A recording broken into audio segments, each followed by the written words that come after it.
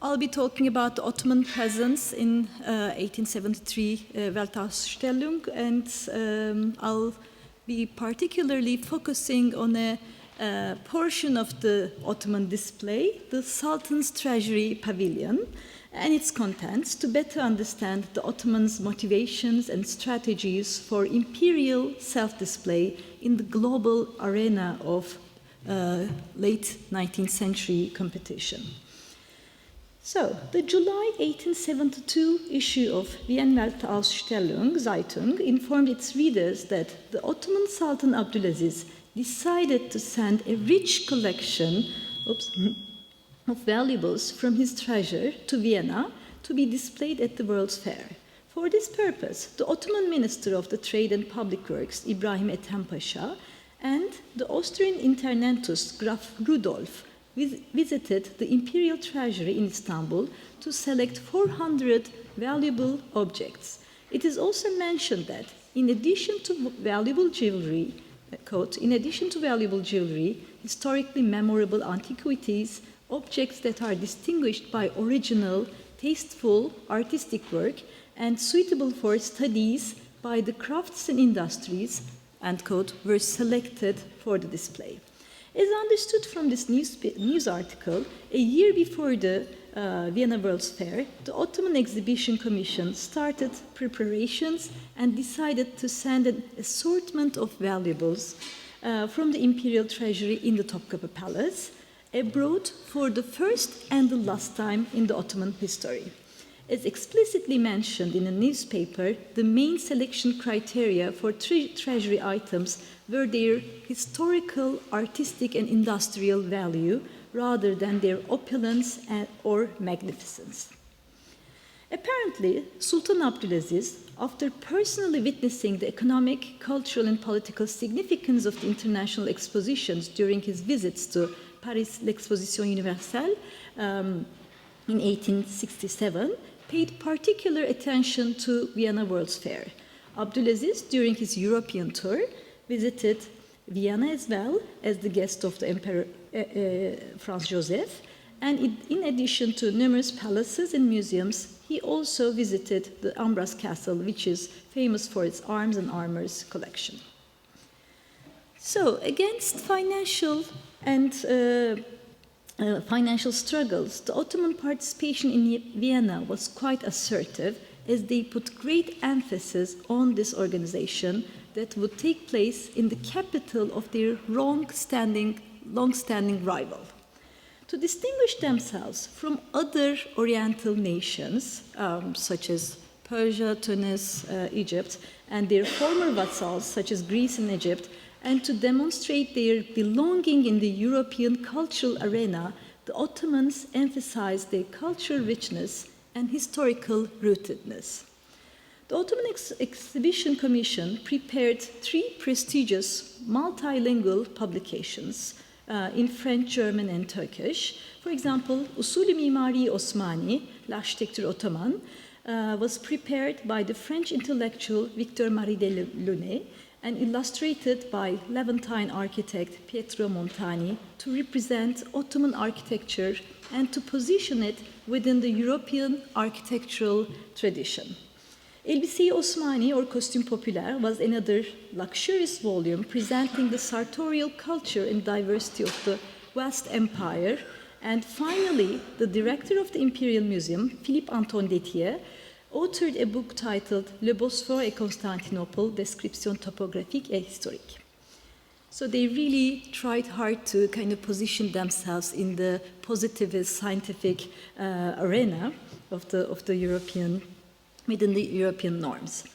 The Ottoman section in the Prater was assigned a prestigious spot holding the eastern entrance to the Palace of Industry across from the Fine Arts section. The Ottoman government hoped to establish a remarkable presence in Vienna and started preparations as early as 1871 under the supervision of Ethem Pasha and his son Osman Hamdi Bey, who would later be the director of the Ottoman Imperial Museum. An impressive Ottoman neighborhood composed of a Turkish house, a bathhouse, a coffee house, a Turkish bazaar, and a mosque was built in the oriental section of the Prater. The commission architect and one of the authors of the Usul, Pietro Montani, was responsible for the design of the Ottoman neighborhood as well as the oriental section, Cercle Oriental.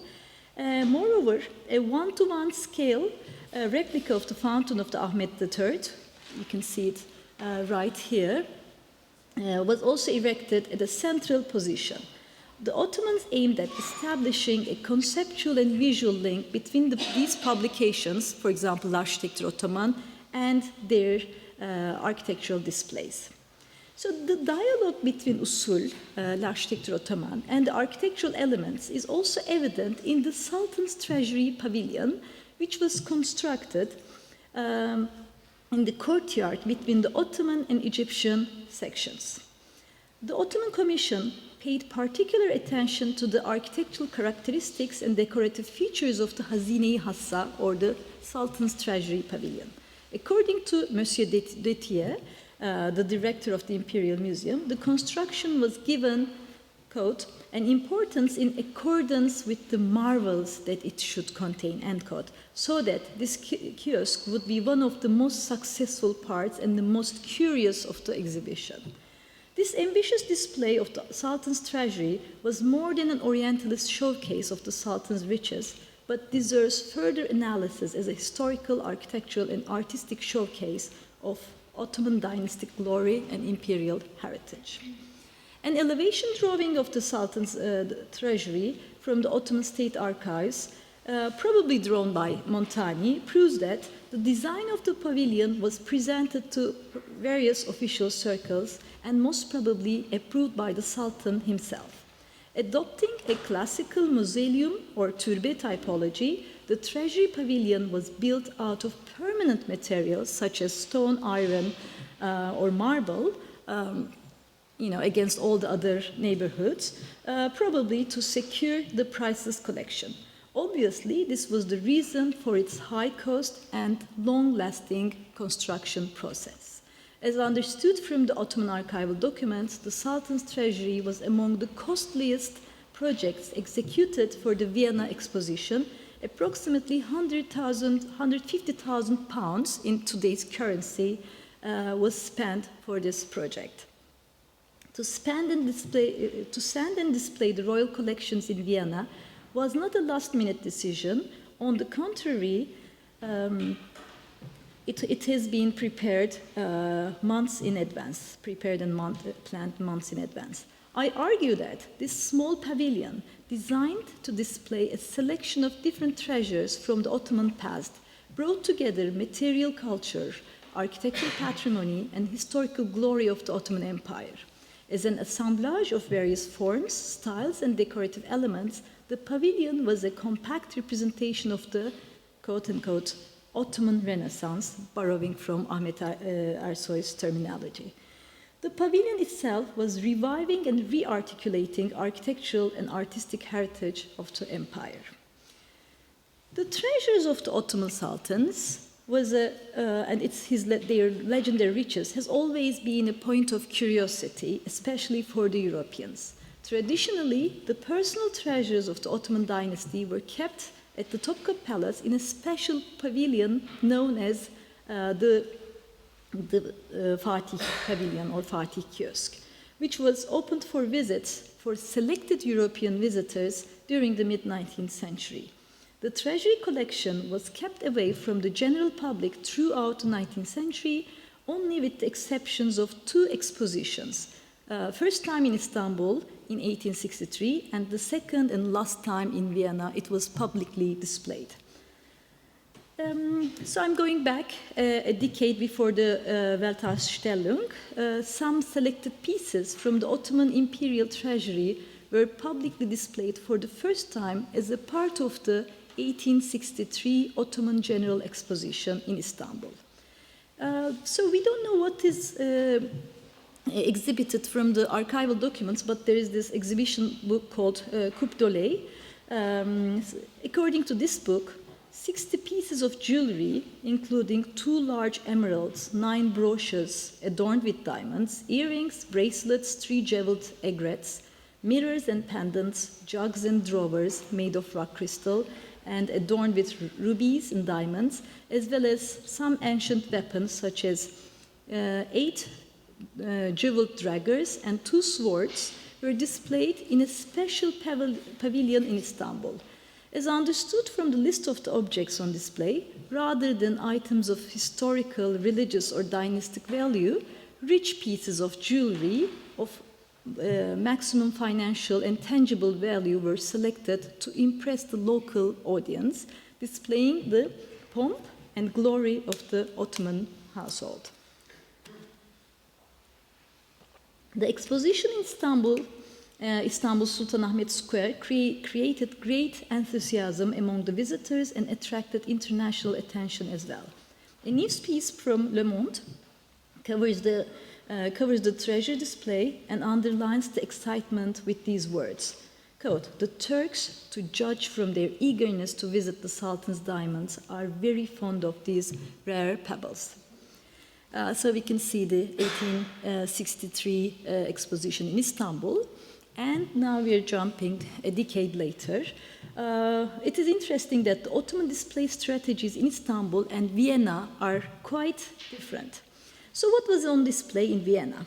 A register from the Topkapı Palace archive provides a list of the treasury pieces to be sent from Istanbul. And according to this defter, the Ottoman government sent around 220 treasury objects in 200 chests to Vienna. These invaluable pieces were kept in the old treasure chamber of the Hofburg Palace until the delayed opening of the Treasury Pavilion.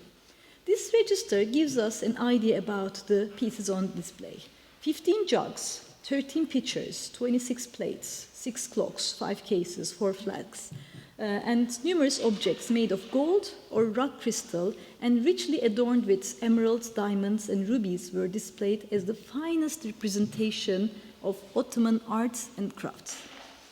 So rather than exhibiting flamboyant jewelry, the objects sent to Vienna emphasized the artistic advancement, craftsmanship, longevity, and victorious military past of the empire. The Exposition Commission put great emphasis on the selection of the treasury items to be sent to Vienna, ensuring that the objects on display represented Ottoman arts and crafts, as well as the glory of the empire.